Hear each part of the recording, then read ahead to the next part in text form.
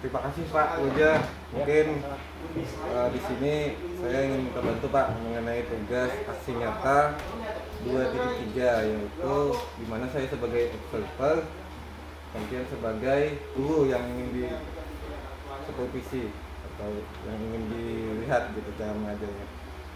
Nah, karena sudah membantu saya, jadi saya ingin bertanya Pak, apakah yang akan Bapak gunakan nanti EPP-nya di kelas itu, tujuan pembelajarannya itu yang mana Pak? Apa Pak tujuan pembelajarannya? Sebenarnya kalau untuk tujuan pembelajarannya Pak, ini gambaran secara umum ya Pak. Secara umumnya tujuan pembelajaran itu yang dilaksanakan melalui model discovery learning, lalu ada project learning. Kelas 10 itu peserta di kelas 10 dapat menerapkan penggunaan peta dasar dan tematik, ya, peta dasar dan tematik dengan data geografis dan pengukuran jauh, materi-materinya yang jauh, dan pemanfaatan teknologi sistem informasi geografis, serta terampil dalam membuat sarana. Sudah bagus Pak tujuan pembelajarannya untuk hal tersebut. Nah, terus dari tujuan pembelajaran tadi, area pengembangan yang ingin dicapai oleh Bapak terhadap murid itu apanya murid itu Pak? Kalau untuk dari sisi yang dikembangkan ya Pak, ya, dari tadi begitu, saya ingin mengembangkan juga kreativitasnya Pak, serta berpikir kritis, karena memang materi-materi pemetaan dasar ini ya Pak, ini memang cocok untuk dilakukan pengembangan kreativitas. Contoh, kalau saya akan nanti salah satu rangkaian kegiatan itu adalah untuk membuat peta mind map, peta mental, membuat jalur rumah dari rumah ke sekolah itu kan perlu kreativitas Pak. Nanti belok gangnya ada tanda apa dan sebagainya, dan disajikan dengan bentuk yang sekreativitas mungkin. Nah, selanjutnya ada berpikir kritis Pak. Berpikir kritis ini nanti berkaitan dengan saya menyajikan sebuah dengan peta jauh. Saya minta anak-anak untuk menganalisis seperti itu. Jadi sebenarnya ada informasi apa yang bisa didapatkan dari media yang saya sediakan. Berarti seperti itu. Berarti area pengembangan yang hendak dicapai berpikir kritis dan kreativitas. Dari sisi kreativitas mungkin secara tidak sadar atau secara tidak langsung sebenarnya Bapak sudah menerapkan pembelajaran berdiferensiasi, karena tadi menuntut kreativitas murid terhadap membuat peta jalan di rumahnya gitu Pak ya. Betul ya Pak, dari rumah ke sekolah. Jadi sesuai sudah ini Pak dengan materi yang saya pelajari di Tenggak, bahwa pembelajaran berdiferensiasi itu penting untuk siswa.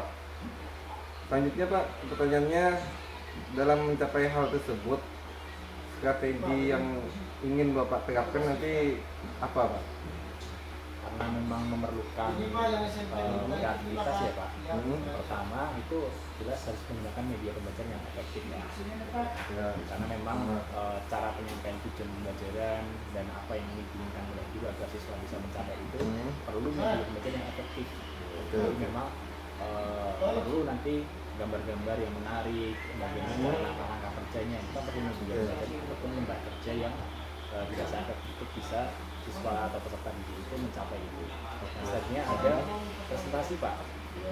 Kalau presentasi ini kan memang tujuannya agar mereka menyampaikan hasil kerja mereka ini dengan cara mereka sendiri. Jadi memang bagaimana caranya nanti peserta didik menyajikan hasil pembelajaran yang sudah dilakukan melalui tadi ya pencarian sendiri discover learning, yaitu ujungnya atau muaranya nanti adalah kreativitas yang sesuai. Lalu yang terakhir Pak ada diskusi kelompok juga. Nah ini agar nanti mewadahi berpikir kritisnya siswa dalam tadi gitu ya, memadai, karena memang dengan diskusi kelompok pastilah ada pertukaran pandangan, ide ataupun lainnya dalam mengkaji suatu masalah yang saya sediakan. Oke, berarti ada 3 tadi Pak ya, ada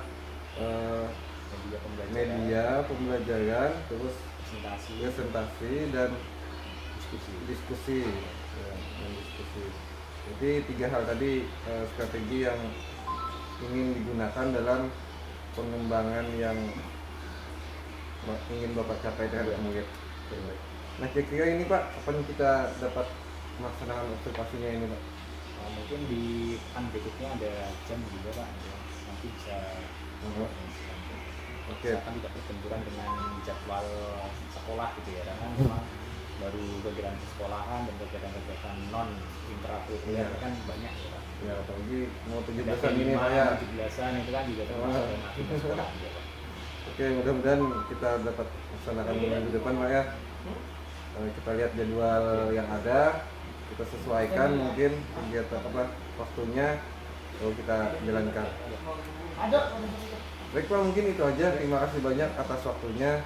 Kurang dan lebihnya Pak, saya mohon maaf ya. Terima kasih. Assalamualaikum warahmatullahi wabarakatuh. Waalaikumsalam.